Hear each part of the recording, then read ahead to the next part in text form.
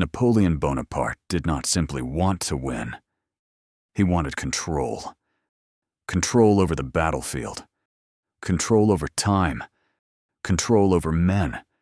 Control over fate. And for a long time, he succeeded. This is not a video about a general. It is a video about the mind of a man who could not stop, even when he should have. Napoleon grew up with a silent but fierce belief. To be ordinary was to disappear. He did not accept limits. He did not accept waiting. He did not accept being second. Every step had to move forward. Every victory had to lead to the next. Every conquest had to open the door to another conquest. Here, his philosophy of life was born, even if he would never have called it that. If you stop, you lose.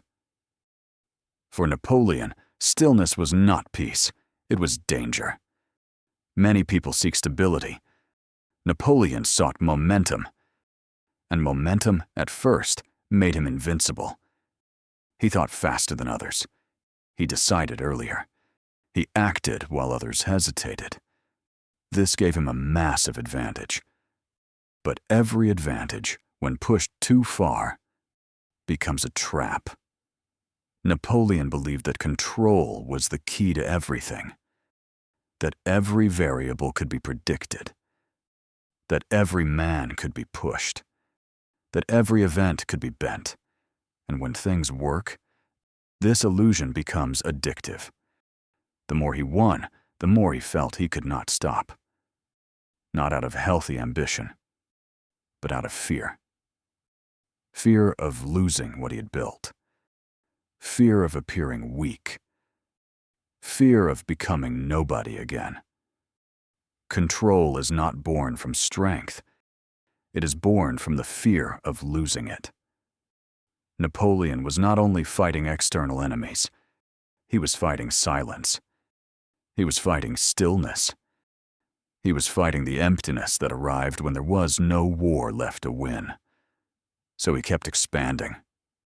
More and more. Further and further. Until reality did what it always does. It presented the bill. His mind, so brilliant under extreme pressure, began to betray him when complexity exceeded control. Too many variables. Too many fronts. Too much faith in his own judgment. Napoleon did not lose because he became foolish. He lost because he did not know how to stop. This is an uncomfortable truth, because it applies to us as well. We live in a culture that glorifies constant push. More. Faster. Higher. But Napoleon shows us the other side. Not everything you can do. Should you do? His mistake was not ambition. It was the inability to distinguish between growth and obsession, between control and wisdom. Napoleon wanted to dominate the world, but he never learned how to dominate himself. And this is the hardest lesson, because it is far easier to command armies than to stop a mind that knows no limits.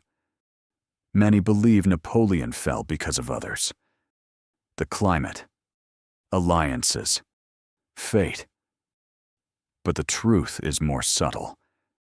He fell for the same reason he rose.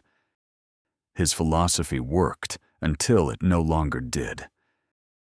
And when a philosophy cannot adapt, it becomes a prison.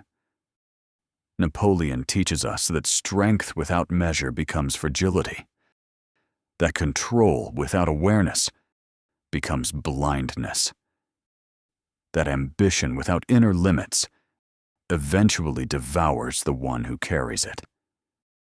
And now the question is no longer about Napoleon. It is about you. Where are you pushing forward, not because it is necessary, but because you are afraid to stop? Where are you seeking control when perhaps acceptance is what is required? Napoleon Bonaparte conquered half the world, but he never conquered the most difficult part: the ability to stop before it was too late. And perhaps that is the battle that truly matters.